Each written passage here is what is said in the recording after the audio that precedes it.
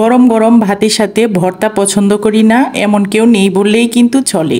Hello everyone, আসসালামু আলাইকুম। কেমন আছেন সবাই? আজকে অসম্ভব মজার একটি ভর্তার রেসিপি নিয়ে আপনাদের মাঝে হাজির হয়েছি।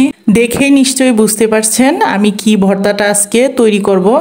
হ্যাঁ ভিউয়ার্স, আমি আজকে তৈরি করব বরবটি ভর্তা রেসিপি। বরবটি ভর্তাটা যদিও খুবই কমন একটি রেসিপি, তারপরও আমি যেইভাবে আমার বাসায় তৈরি করি সেইভাবেই আপনাদের সাথে শেয়ার করার চেষ্টা করেছি। আশা করছি আপনাদের কাছে ভালো লাগবে। ভর্তাটা তৈরি করার জন্য আমি এখানে বেশ কয়েকটা বরবটি ভালোভাবে ধুয়ে পরিষ্কার করে নিয়েছি। এখন আপনারা দেখতেই পাচ্ছেন আমি বরবটিগুলো ছোট সাইজের করে কেটে নিয়েছি। এখন বরবটিগুলো সিদ্ধ করার জন্য ফ্রাই প্যানে তুলে নিচ্ছি। সিদ্ধ করার জন্য এখানে দিয়ে দিব 1 কাপ পরিমাণে পানি, 7 থেকে 8টা কাঁচামরিচ। কাঁচামরিচটা আপনাদের টেস্ট অনুযায়ী দিয়ে দিবেন, কারণ যে যেমন ঝাল খেতে পছন্দ করেন সে তেমনই দিবেন ভর্তায় ঝাল। দিয়ে দিয়েছি এখানে একটা রসুনের খোয়া এবং একটা পেঁয়াজ মাঝখান থেকে ফালি করে দিয়ে দিলাম। সাথে দিয়ে দিব অল্প একটু লবণ। সিদ্ধ করার জন্য সবগুলো উপকরণ আমার দিয়ে দেওয়া হয়ে গিয়েছে। এখন সবগুলো উপকরণ সিদ্ধ করে নিব। বরবটি সিদ্ধ বসিয়ে দিয়ে আমি এদিকে পেঁয়াজগুলো স্লাইস করে নিচ্ছি, কারণ এই পেঁয়াজটা আমার ভর্তাতে লাগবে। ভিউয়ার্স, ভর্তাটা ফুল ওয়াচ না করলে আপনারা বুঝতে পারবেন না কিভাবে ভর্তাটা তৈরি করলাম।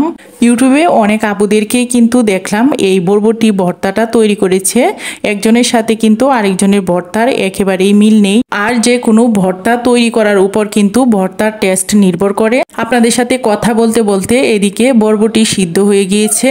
আর সিদ্ধ হয়ে যাওয়ার পর পানিটা শুকিয়ে নিব। শুকিয়ে নেওয়ার পর আমি ওইখানে অল্প একটু রান্নার রেগুলার সয়াবিন তেল দিয়ে দিলাম। আপনারা চাইলে এখানে সরিষার তেলও ইউজ করতে পারেন। তেলের ভিতরে যখন বরবটিটা ভাজা হয়ে যাবে তখন কিন্তু ভর্তাটা তৈরি করে নিলেই হয়ে যাবে। ভর্তাটা তৈরি করার জন্য আমি এখানে শিলপাটা নিয়েছি, কারণ শিলপাটার ভর্তা কিন্তু খুবই ভালো লাগে। কার কেমন লাগে সেটা তো জানি না, তবে আমার কাছে পার্সোনালি খুবই ভালো লাগে।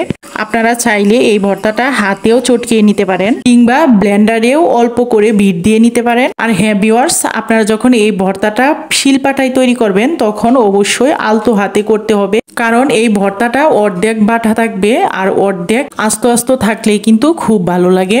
ভর্তাটা বেটে নেওয়া হয়ে গিয়েছে। এখন এখানে ভর্তাটা হাতে মেখে নিব। হাতে মাখার জন্য আমি এখানে দিয়েছি 4 থেকে 5টা শুকনা মরিচ, সাথে দিয়েছি অল্প একটু লবণ। লবণ দেওয়ার আগে ভর্তাটাকে একটু ছেঁকে নেবেন, কারণ যেহেতু বরবটি সিদ্ধ করার সময় অল্প একটু লবণ ইউজ করেছিলাম, তাই ভর্তাটা তৈরি করার সময় লবণটা একটু ছেঁকে নিলে ভর্তায় বেশি লবণ হওয়ার কোনো সম্ভাবনা থাকবে না।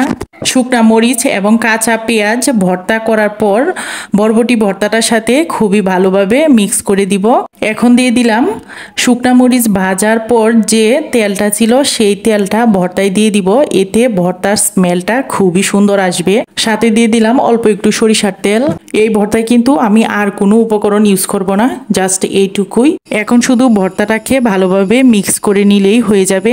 ভর্তাটা কিন্তু আমি পাঠায়েই মিক্স করে নিয়েছি। এখন শুধু পরিবেশন করে নিব একটা প্লেটে। ভর্তাটা পরিবেশন করা হয়ে গিয়েছে। কেমন লাগলো অবশ্যই কমেন্টে জানাবেন। বরবটি ভর্তা রেসিপিটা যদি আপনাদের কাছে ভালো লেগে থাকে তাহলে অবশ্যই বাসায় একদিন হলেও ট্রাই করবেন। আর হ্যাঁ, ফ্রেন্ডস এবং ফ্যামিলির সাথে শেয়ার করবেন। এবং বাঙালিয়ানা স্টাইলে মজার মজার রেসিপি পেতে চ্যানেলটাকে সাবস্ক্রাইব করে পাশে থাকা বেল আইকনে ক্লিক করে নোটিফিকেশন অন করে রাখবেন। ভালো থাকবেন সবাই। আল্লাহ হাফেজ।